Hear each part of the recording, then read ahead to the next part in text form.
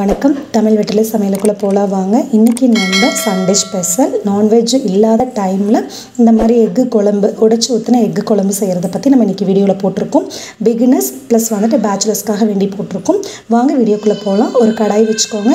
கடாய் heat ஆனதும் எண்ணெய் காஞ்சதும் கடுகு, உளுத்தப்பருப்பு, சோம்பு சேர்த்துக்கோங்க.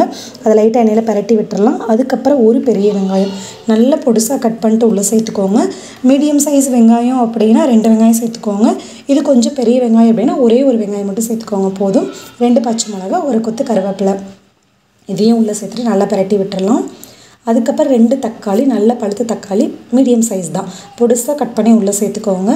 இது வந்துட்டு காய் இல்லை, பருப்பு இல்லை, அப்படி கடையில் போய் எப்படி வாங்குறது அப்படின்னு யோசிக்கவே வேண்டாம். முட்டை இருந்தது அப்படின்னா டக்குன்னு வந்துட்டு இந்த உடைச்சி ஊற்றின முட்டை குழம்பு செஞ்சு முடிச்சிடலாம். தக்காளி வெங்காயம் போதும், டக்குன்னு செஞ்சு முடிச்சிடலாம். ஒரு 15 to 20 மினிட்ஸ்க்குள்ள நம்ம செஞ்சு முடிச்சிடலாம். இப்போ இஞ்சி பூண்டு பேஸ்ட்டு 1 ஸ்பூன் போட்டு நல்லா பரட்டி விட்டாச்சு. அதுக்கப்புறம் காரத்துக்கு தகுந்த மாதிரி மிளகாத்தூள் சேர்த்துக்கோங்க. 1/4 ஸ்பூன் அளவு மஞ்சள் தூள், தேவையான அளவு உப்பு சேர்த்துக்கோங்க. நம்ம வெங்காயம் வணங்குறதுக்காக கொஞ்சம் உப்பு சேர்த்துருக்கோம். ஸோ பார்த்துட்டு உப்பு போட்டுக்கோங்க. இப்போ இது எல்லாத்தையும் நல்லா பரட்டி விட்டுடலாம். இந்த மசாலாவோட பச்சை வாசனை போகணும் இல்லைங்களா? அடுப்பை வந்து ஃபுல்லாக குறைச்சி வச்சுக்கோங்க. இப்போ இதை நல்லா பரட்டிடலாம். பரட்டிட்டு குழம்புக்கு தேவையான தண்ணி சேர்த்துக்கலாம். 1 கப் அளவு தண்ணி சேர்த்துக்கோங்க. நான் வந்து இந்த குழம்பு தோசைக்காக ரெடி பண்ணியிருக்கேன். ஸோ அதனால் நான் கொஞ்சம் தண்ணியாட்ட வச்சுருக்கேன். நீங்கள் ஒயிட் ரைஸ்க்கு வச்சுருக்கீங்க அப்படின்னா இன்னும் கொஞ்சம் திக்காக வச்சுக்கோங்க. தண்ணி வந்து 3/4 கப் அளவு மட்டும் சேர்த்துக்கோங்க. சேர்த்துட்டு அடுப்பை வந்து ரொம்ப அதிகப்படுத்திடக்கூடாது. மிதமான தீயில வச்சு நல்லா கொதிக்க வைக்கணும். இப்போ இதை நல்லா கொதிச்சிருச்சு. பச்சை வாசனை எல்லாமே போயிட்டு கொஞ்சமாக தண்ணி சுண்டி இருக்கு.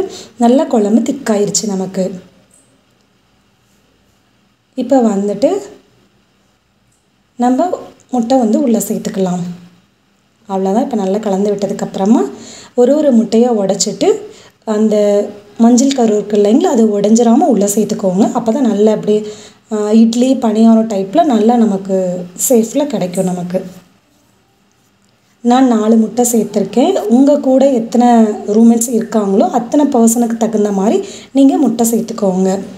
ஒயிட் ரைஸோட சுட ஒயிட் ரைஸோடு சாப்பிட்றதுக்கு அவ்வளோ சூப்பராக இருக்கும். காய் இல்லை, நைட் ரொம்ப லேட்டாகி ஆஃபீஸில் ஒர்க் முடிச்சுட்டு வர்றீங்க அப்படின்னா என்ன பண்ணுறது அப்படின்னு யோசிக்கவே வேண்டாம். டக்குன்னு இந்த உடைச்சி ஊற்றின முட்டை குழம்பு செஞ்சு ஒயிட் ரைஸோட தயிர் பாக்கெட்டோடு சாப்பிட்டுக்கலாம். சூப்பராக இருக்கும். ஸோ ஈஸியான இந்த ரெசிபியை கண்டிப்பாக நீங்கள் ட்ரை பண்ணி பாருங்கள். இப்போ ஒரு 5 நிமிஷம் கழிச்சிட்டு நம்ம முட்டையை திருப்பி விட்டுக்கலாம். அதே போல் இன்னொரு 5 நிமிஷம் நல்லா வேகட்டும். அதுக்கப்புறம் இந்த போல் பரட்டி விடுங்க.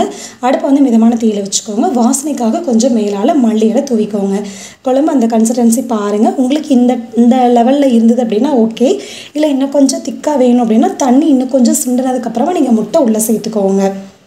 அவ்வளோதான், நம்மளோட முட்டை குழம்பு சூப்பராக ரெடி ஆயிருச்சு. இந்த ரெசிப்பியை நீங்கள் கண்டிப்பாக ட்ரை பண்ணி பாருங்கள். இது எப்படி இருக்குன்னு சொல்லிட்டு நம்மளோட கமெண்ட் பாக்ஸில் கமெண்ட் பண்ணுங்கள். இந்த வீடியோ பிடிச்சிருந்தது அப்படின்னா உங்கள் ஃப்ரெண்ட்ஸ்க்கு ஷேர் பண்ணுங்கள். நம்மளோட சேனலுக்கு சப்ஸ்கிரைப் பண்ணுங்கள். தேங்க்யூ.